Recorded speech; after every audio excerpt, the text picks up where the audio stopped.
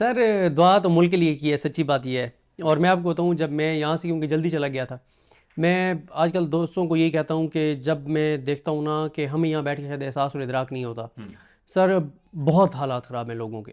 लोगों का ना हाँ। भरम टूट गया है, लोगों की सफ़ेद पोशी का भरम टूट गया है, यकीन करें। वाकई वो लोग जो देने वाले थे वो लेने वाले हाथ हो गए। और ये अभी जो किसानों वाला इशू हुआ है, मैं तो बहुत खौफनाक हालात देख रहा हूँ। मतलब देखे ना कि जिस तरह से मैं आपको अर्ज़ कर रहा हूँ ना कि सफ़ेद पोशी एक भरम था लोगों का। हम्म। मिडिल क्लास तबाह हो गई है, लोअर मिडिल क्लास बिल्कुल बर्बाद हो गई है, चीज़ें बहुत ही ज़्यादा ख़राब हो गई हैं। और मैं इसीलिए आजकल जो एक थोड़ी सी एक तनकीद भी हुई है, जिसमें ये कुछ लोग कहते हैं कि जी मैं क्यों कह रहा हूँ कि जो टॉक्स हो रही हैं उस पर ज़ाहिर है आपका सवाल जी भी जी होगा जी, कि ऐसा ही। मैं क्यों ये कह रहा हूँ कि इन टॉक्स को ना हमें 15-20 दिन दे देने चाहिए, और कोई हल निकले।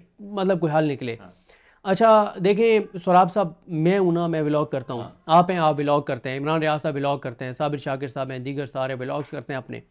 हम अगर ये बात करेंगे ना कि मार दो गिरा दो और तबाह कर दो बर्बाद कर दो ऐसी की तैसी, और कोई बातचीत नहीं होनी चाहिए और सड़कों पे फैसले होने चाहिए, दमादम मस्त कलंदर होना चाहिए, हम्म।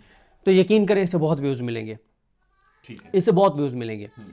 अच्छा ये भी एक ग्राउंड रियलिटी है और ये भी एक हकीकत है कि अगर 4-5 लाख या 10 लाख लोग सड़कों पे आ जाएं तो इसमें भी कोई शक नहीं है कि निज़ाम गिर जाएगा। हम्म। और इसमें भी कोई शक नहीं है कि पाकिस्तान की बका और सलामती के लिए इस निज़ाम का गिरना बहुत ज़रूरी हो गया है, हम्म। इसमें भी कोई शक नहीं है। लेकिन सर मैं क्यों, अब मैं ये समझता हूँ कि अल्लाह ताला कोई खसूसी करम करे और किसी तरह से चीज़ें बेहतर होनी चाहिए, ठीक क्योंकि है। मैं जो देख के आ रहा हूँ ना, एक चीज़ है जिस पे सौराब साहब कोई भी बात नहीं करता, हाँ। वो है कि अभी पाकिस्तान से कुछ 100 लोग इकट्ठे गए हैं जी। एक कंपनी ने। अच्छा पाकिस्तान में ना वो कंपनीज बहुत मुतहरिक हो गई हैं, जो कि बाहर का आपको बता रहे हैं कि फ़लाँ मुल्क जो है वो इतने पैसे आप दें तो हम्म। हम आपका प्रोसेस करवा देते हैं, आपको नेशनलिटी ले देते हैं, फ़लाँ मुल्क में बिज़नेस हम्म। वीज़ा इतने का मिल रहा है। वो कंपनीज बहुत एक्टिव हैं। एक कंपनी ने मुझे किसी ने बताया कि 100 लोगों को भेजा है, हम्म। 100 लोग गए हैं एक मुल्क में, हम्म। और बिज़नेस उसके ऊपर वीज़े के ऊपर, या बिज़नेस वीज़ा कहते हैं जो भी कहते हैं, जिसमें वहाँ की नेशनलिटी मिलनी है ठीक। बेसिकली। यानी उन्होंने इतना इन्वेस्ट करना है और वहाँ पर उनको नेशनलिटी मिलेगी। हम्म। 100 लोग इकट्ठे गए हैं और जिस मुल्क में वो गए हैं उस मुल्क ने बड़े प्रोटोकॉल से उनको रिसीव किया है। हम्म। ठीक है, ठीक पूरा है। उनकी वहाँ पे इंतज़ामिया आई और बड़े उन्होंने वेलकम किया। बड़े बड़ा वेलकम किया। हाँ। अब देखें वो जो लोग यहाँ से गए हैं ना, हाँ। यहाँ से जो लोग गए हैं वो लोग जा रहे हैं जिनके पास इतना पैसा है कि वो क्या करते हैं कि वो 8-10 लोगों को यहाँ पे रोजगार दे सकते हैं, वो लोग जा रहे हैं। वो लोग यानी वो लोग नहीं और जा रहे जो पैसा भी लेबर साथ है, लेकर जा रहे हैं। पैसा भी लेकर पैसा जा भी रहे हैं। लेकर ऐसा। और मुझे एग्जैक्ट फिगर याद नहीं है, इस पे आपको एक स्टोरी भी करनी चाहिए, आप बड़े अच्छे व्लॉग्स करते हैं। इस पे इमरान खान साहब ने भी अपने एक ट्वीट में जिक्र किया और उमर अयूब साहब ने भी 2 बार इस पे जिक्र किया।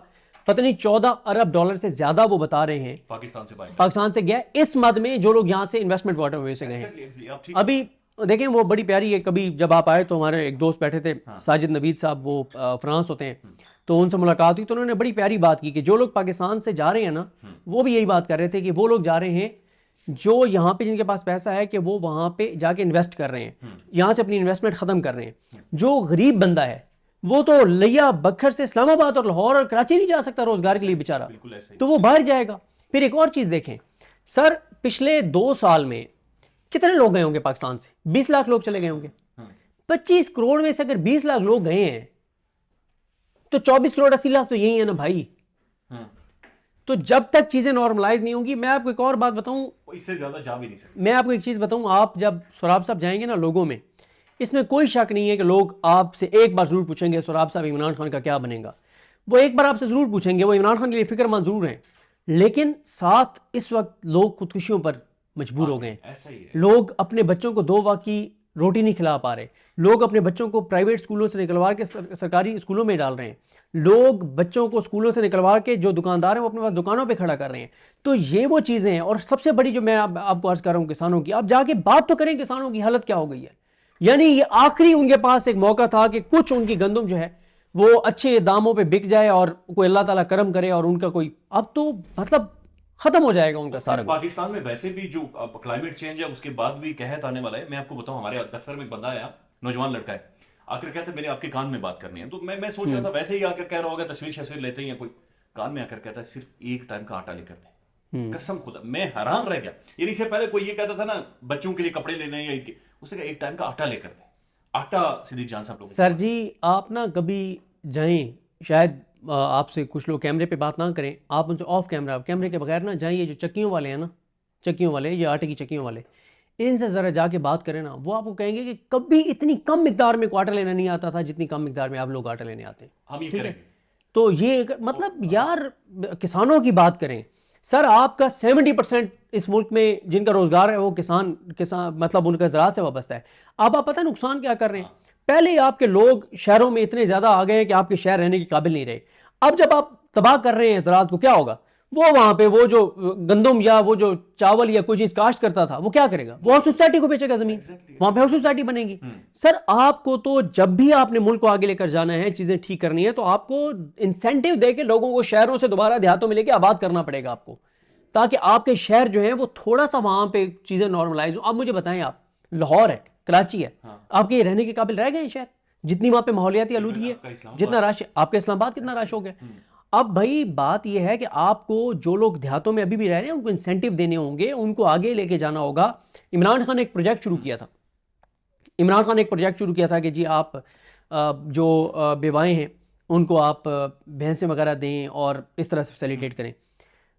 उसका कितना मजाक उड़ाया गया, ठीक है। अच्छा, अभी मैंने एक दोस्त हैं हमारे, उन्होंने मुझे कहा कि यार आप मुझे दें आइडिया। मैंने कहा यार आप जो लोग, आप किसी को गुर्बत से निकालना चाहते हैं ना, मैंने उन्हें कहा कि आप किसी एक इलाके को अपने इलाके को वहां पे उसको सेलेक्ट कर लें, वहां पे खुद आप वहां पे जो आपके अपनी फैमिली मेंबर्स हैं उनसे आप वहां पे कोई सर्वे करवाएं, जो लोग इस वक्त खत्ते गुर्बत से नीचे हैं, जिनको बेचारों को खाना सही मुयसर नहीं है, आप उनको कोई एक भैंस ले देंगे ना, जो देहात में एक भैंस, वो गुर्बत से निकल आएगा वो घराना।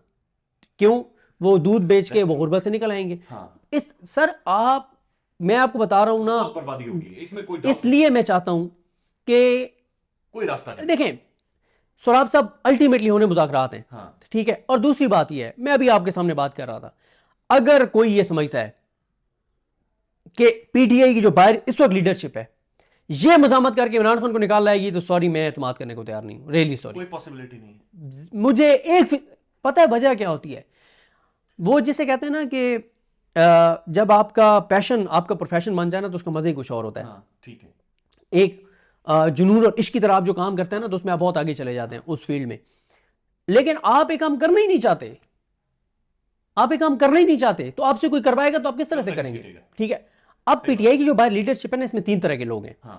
एक वो हैं जो नेकनियती से समझते हैं कि हमें बातचीत के जरिए इमरान खान को बाहर लाना चाहिए। अच्छा, उनका पॉइंट ऑफ व्यू क्या है, उनका पॉइंट ऑफ व्यू बड़ा ज़बरदस्त है। वो ये कहते हैं कि हम किसी तरह से बातचीत करके एक बार इमरान खान को बाहर ले आए, फिर इमरान खान जाने और ये निज़ाम जाने। ये बात ठीक है, इसमें आप किसी को गलत नहीं कह सकते, लेकिन इनकी तादाद बहुत कम है। दूसरे वो हैं जो बुज़दिल हैं, जो कहते हैं कि फिर सड़कों पे आए तो फिर गिरफ्तारियां हो जाएंगी, और वो खौफजदा है ना, डरे हुए हैं कि अगर उठा लिए गए तो क्या होगा, और ये वो सारा कुछ। तीसरे जो कंप्रोमाइज ने, चाबी वाले खिलौने हैं, उनको कहा यह गया कि आपने इस तरह की मायूसी वाली बातें करनी है। सर सोराब साहब, मसला ये है, हम पीटीआई के सोशल मीडिया पे जो दोस्त हम पे तनकीद करते हैं, जब हम पीटीआई की लीडरशिप के बारे में बात करते हैं ना, तो मैं ना उनको रिएक्ट नहीं करता, मैं उनको ना बुरा भला कहता हूँ ना सख्त जवाब देता हूँ। उसकी एक रीज़न है सर, देखें वो इमरान खान के साथ ना बड़े सिंसियर हैं, वो इमरान खान के साथ सिंसियर हैं। वो ये समझते हैं कि हम जब पीटीआई की लीडरशिप पे तनकीद करते हैं ना, तो उससे वो समझते हैं कि इससे ना पब्लिक में उस लीडरशिप के ऊपर ना एतमाद कम होगा, उनके एक पॉइंट ऑफ व्यू है, इसलिए वो हमें बुरा भला कहते हैं। मैं उनको कुछ नहीं कहता। क्यों? मैं कहता हूं कि मसला यह है कि वो इमरान खान के साथ सिंसियर है और सिंसियरिटी में समझते हैं कि उनकी इमरान खान की बार लीडरशिप पे तनकीद नहीं होनी चाहिए। लेकिन दूसरी तरफ यह है कि उन्हें शायद ये अंदाज़ा नहीं है कि वो तो सोशल मीडिया के जरिए लीडरशिप के साथ इन कॉन्टैक्ट रहते हैं, या जितने आप 20-25 जो बहुत सोशल मीडिया पे एक्टिव है ना पीटीआई के लोग, उनका अगर आप देखें तो कोई 4-4, 5-5 लोगों के साथ राब्ते में होंगे मैक्सिमम पीटीआई की लीडरशिप के साथ। लेकिन हम पीटीआई के 70-80% जो मेन लीडरशिप है उनके साथ राब्ते में, उनसे हमारा मिलना मिलाना रहता है, उनसे या उनके करीबी लोगों से हमारी मुलाकातें रहती हैं। अब देखें ना, कल मैं जब पेशावर गया हूँ तो मैं जाके मिला हूँ, मैं बहुत से लोगों से मिला हूँ। मैं वहाँ जाके एमपी हॉस्टल में गया, वहाँ पे काफ़ी सारे एमपीएस थे, या जो मेन लोग हैं, मतलब मीना खान से मुलाकात हुई, सुहेल खान से मुलाकात हुई, शाहिद खटक से मुलाकात हुई, शफकत अयाज से मुलाकात हुई, फिर ऐसे पीटीआई के एक्टिव लोगों से मुलाकात हुई जो सारे प्रोसेस में इन्वॉल्व हैं, जो चीज़ें आपको बताते हैं।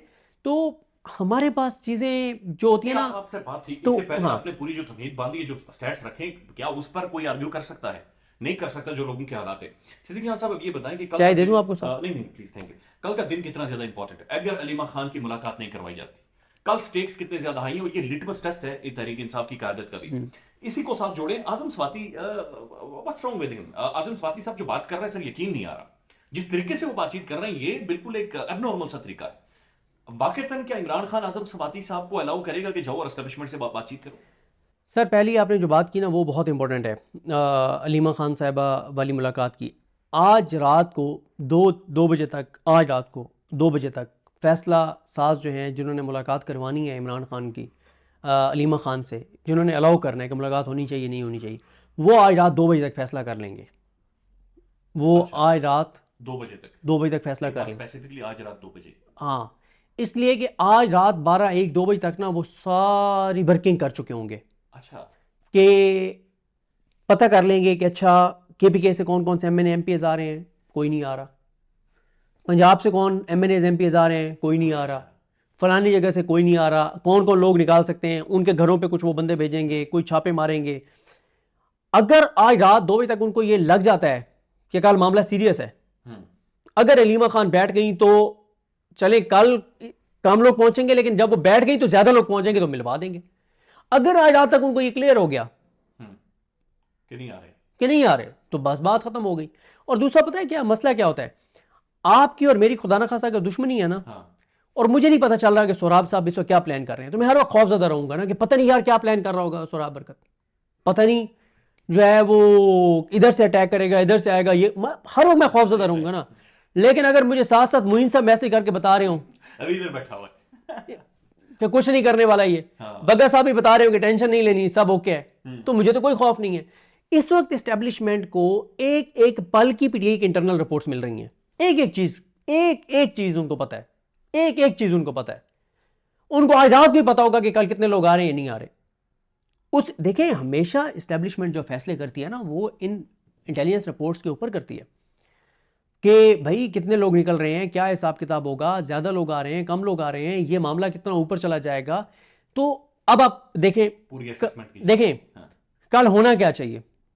कल होना तो ये चाहिए कि कल बैरिस्टर गौर साहब, सलमान अकरम राजा साहब, अपना सलमान अकरम राजा साहब, शिबली फराज साहब, जरताज गुल साहिबा, आमिर डोगर साहब, ओन अब्बास बप्पी साहब, होना तो ये चाहिए कि ये कल सब पटियाला के बाहर मौजूद हो, मौजूद 2-1.5 घंटा पहले से मौजूद, पहले मौजूद हों कि मिलवाएं अलीमा खान को, वरना हम तो आ गए धरना देने के लिए। तो वो प्रेशर कुछ और होगा। लेकिन अगर कोई भी, अब कल आपको पता चल जाएगा कि मुझे जो लगता है कल आपने काम करना है, कल आपने काम करना है। आपने ना कल एक लिस्ट बनानी है कि कितने लोग पीटीआई के एमएनएस एमपीएस और टिकट होल्डर्स और सेनेटर्स कल गए हैं। आप एक लिस्ट बना लीजिएगा। बिल्कुल ठीक है। ठीक है, तो अब मुराद सईद ने तो कल कह दिया ना कि सारे प्लान करें वहां पे। तो आप अकेले नहीं छोड़ना, अकेले नहीं छोड़ना, ये कहने की भी जो जरूरत पड़ी है, ये इटसेल्फ एक बहुत बड़ी सक्सेस। सर मैं आपको बताऊं, जब इमरान खान साहब का साइफर केस चल रहा था ना, पीटीआई के एमएनएस और टिकट होल्डर्स ना और सेनेटर्स नहीं आते थे, 4, 5, 6 के अलावा कोई नहीं आता था। हुआ ये कि एक बार ना अलीमा खान बहुत बरहम हो गई, बहुत बरहम हो गई। उन्होंने कहा इनफ इज इनफ, आओ साहब। उन्होंने कहा जो बंदा तुम लोगों की वजह से अंदर है, इसीलिए अंदर है ना कि उनको पता है कि वो बाहर आ गया तो इनकी सियासत और ज्यादा चढ़ जाएगी, तो इसको तोड़ो ताकि बाहर इसी पर। उन्होंने कहा जिसके तुम बेनिफिशियरी हो, ये असम्बली खड़ी है, ये लॉजेस है, वहां से वॉकिंग डिस्टेंस पे इस्लामाबाद कोर्ट है, तुम यहां नहीं आ सकते। फिर थोड़ी सी उन्होंने जब 2-3 बार कहा तो फिर ये आना शुरू हुए। देखें सोराब साहब, बात यह है कि जिन जिन लोगों के जो लोग हक सच बयान करने की वजह से जिनके केसेस अदालतों में चलते हैं, क्या इनका काम नहीं है वहां पे जाएं?